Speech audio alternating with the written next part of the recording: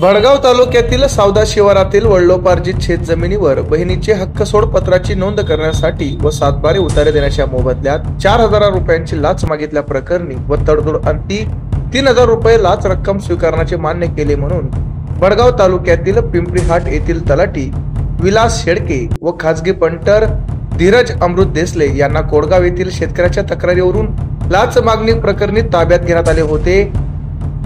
Bhadgaon police station येथे दोघाही संशयित आरोपींवर दिनांक 26 डिसेंबर रोजी गुन्हा दाखल करण्यात आला होता, तर दिनांक 27 डिसेंबर रोजी त्या दोघांना जळगाव येथील कोर्टात हजर केले असता कोर्टातर्फे MCR देण्यात आला असून जामिनावर दोघांची मुक्तता करण्यात आली आहे। या घटनेचा पुढील तपास सुरू आहे अशी माहिती आज दिनांक 29 डिसेंबर रोजी सकाळी 9 वाजता हाती आली आहे। पथकात योगेश ठाकूर, पोलीस उपअधीक्षक जळगाव, पोलीस उपनिरीक्षक Dinesh Singh Patil, police head constable Shela Dhangar, police constable Rakesh Dusane, Amol Suryavanshi यांचा समावेश होता।